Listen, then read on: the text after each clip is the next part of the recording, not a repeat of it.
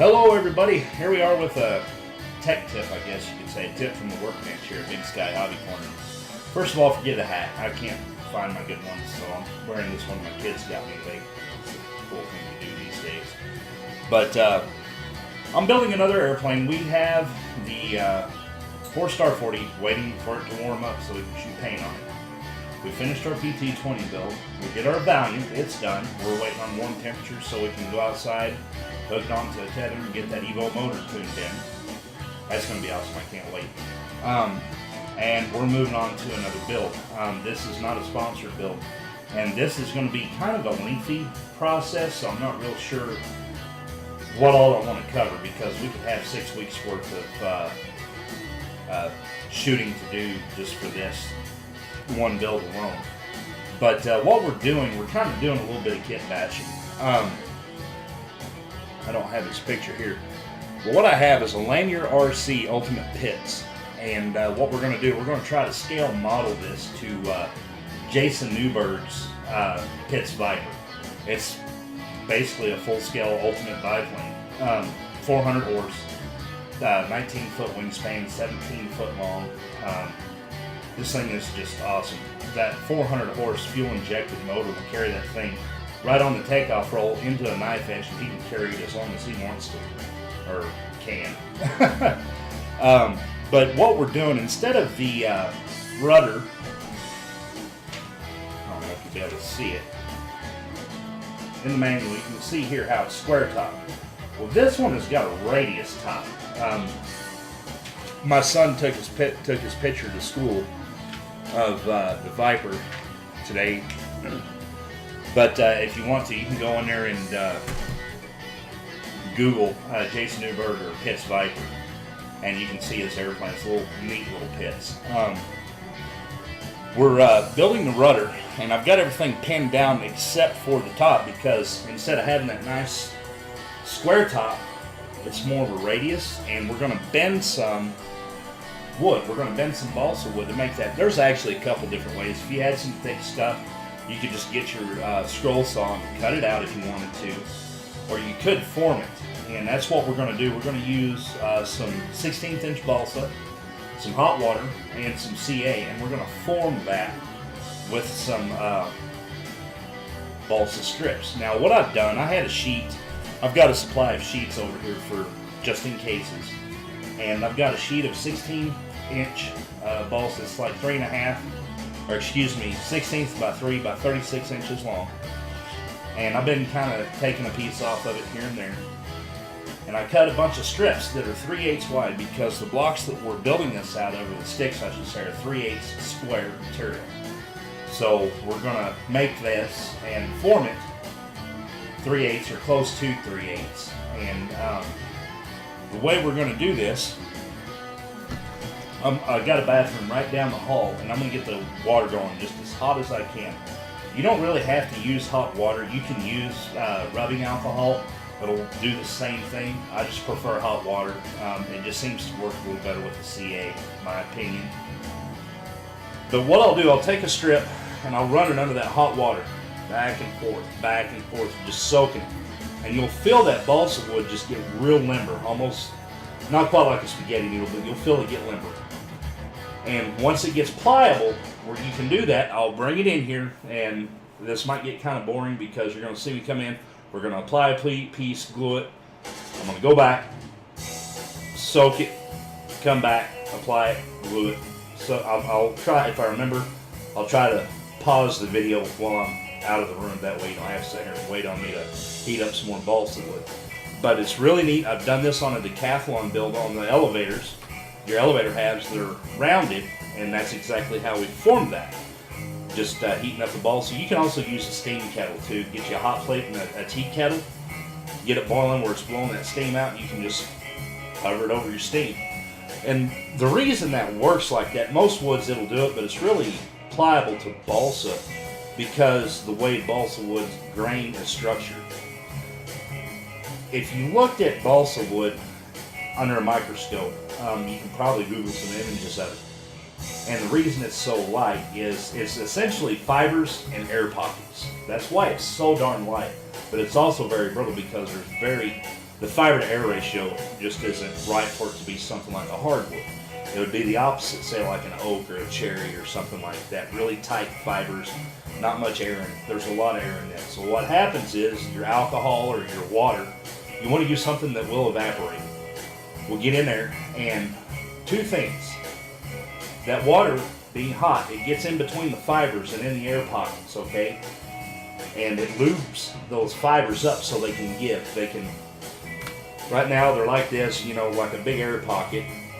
That water or alcohol gets in there and it kind of limbers everything up and makes it where it can slide. So when you bend it, they'll give and they'll slide. We'll pin everything in place, put some glue on it, and yes, CA will work on wet wood. It just takes a little longer to dry. Get it all pinned in place and we'll get everything, build it up to the thickness that we want, and then we're going to walk away and let it dry. Water, everything. This will be the only thing I do to this airplane tonight. Of course, once I get this done, the rudder will be done. And we'll let it dry overnight. Then we'll come back tomorrow, pull it up, and then we're going to build the elevator, which is going to be another challenge because the elevator on the Ultimate, Lanier RC Ultimate, it's just a big radius, like a half moon, okay? Well, that's not the way it is on the Viper. It actually comes up a little bit, straight up, and then angles in, and then it's flat. So we'll restructure that. I may have to stop off at Ace Hardware and buy some more balsa wood tomorrow. I'm not real sure. I'll do the math on that when I get to that point. One piece at a time, and when you pull everything together, you'll have what you're looking for. So let me reset the camera, quit jacking my jaw, and let's do some work. Okay, let's see if I can make this happen. Alright, on this first, I'm going to pull this gate. You can see where I drew in the radius.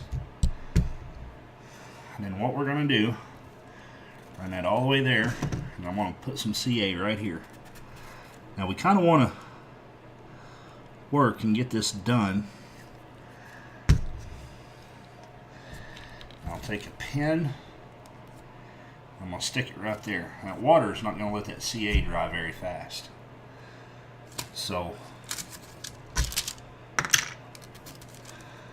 what we want to do is pull that around to match the best we can on that radius. I'll stab a pin here to hold that. Add some glue.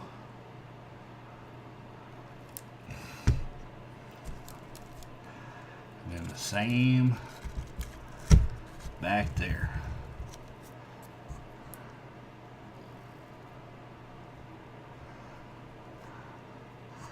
Now we'll come back a little later and re-glue everything a little bit better. Just like that, and we'll give it a couple seconds to dry, and then we'll come back with the next one. And our next one.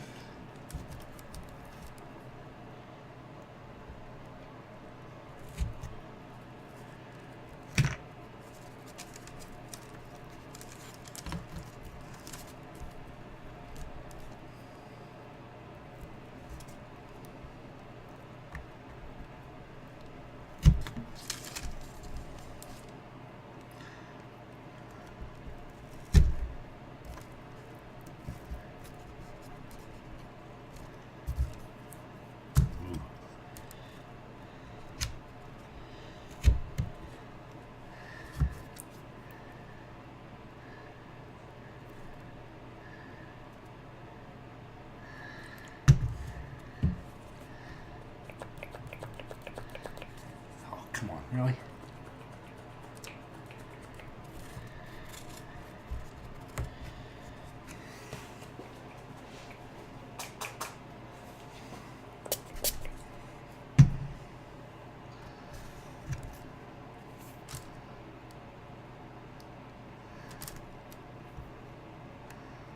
Just kind of get our key points. Huh, guess what?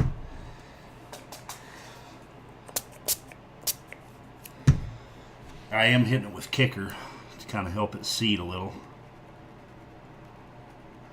Go along that crack.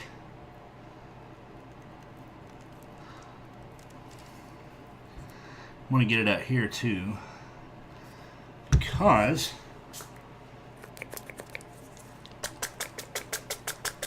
that's crazy.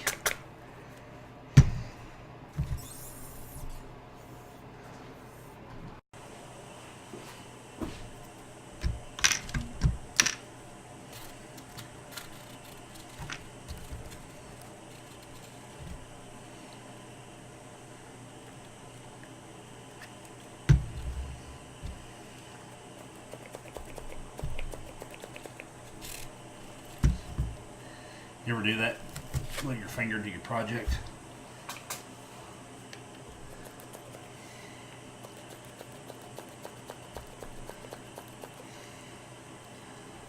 This is making me mad.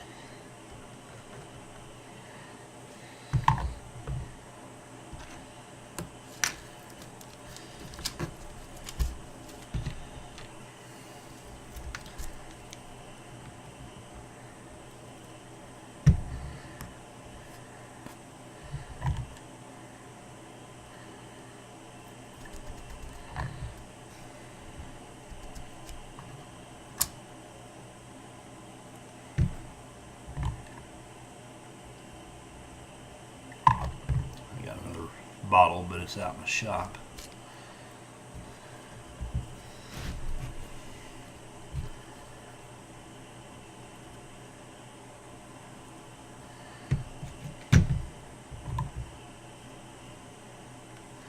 Yep, I think these planes will be shot when I'm done.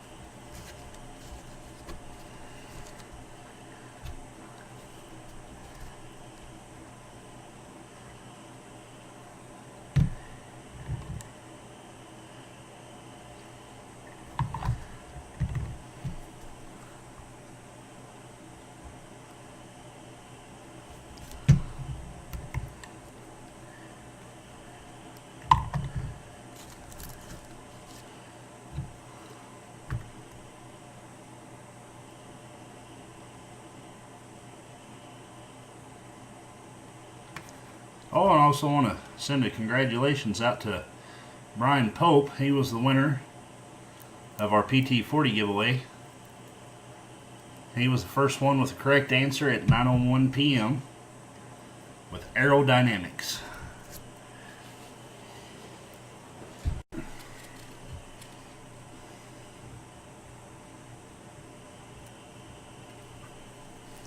Oh man, I think I can just glue these planes to the floor. Look at that. Ah, that sucks.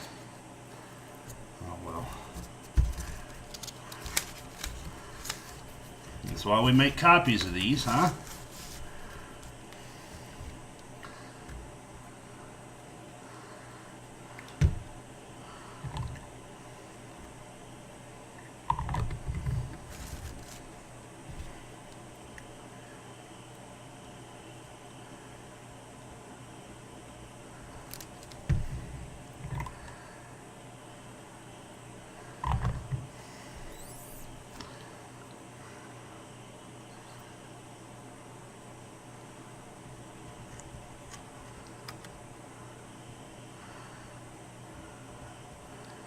Tell you what, the top of this should be very strong, huh? Make one more and we'll have it. Yeah, I'm gonna put one more on here. Okay. This will be our last one. Get that sucker glued in place. Glue my finger to it one more time. Oh, I knew something didn't happen because my finger didn't stick.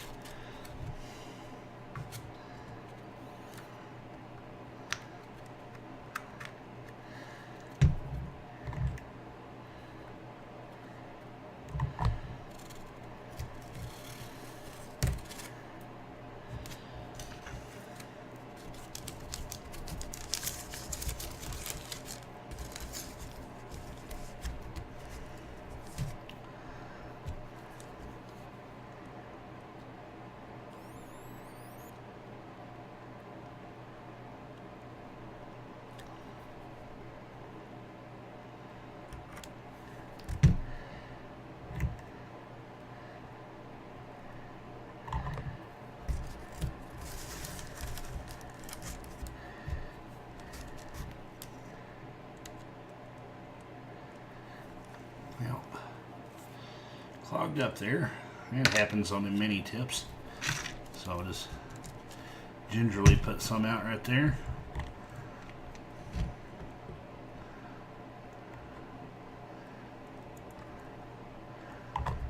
Just like that. Put that with glue.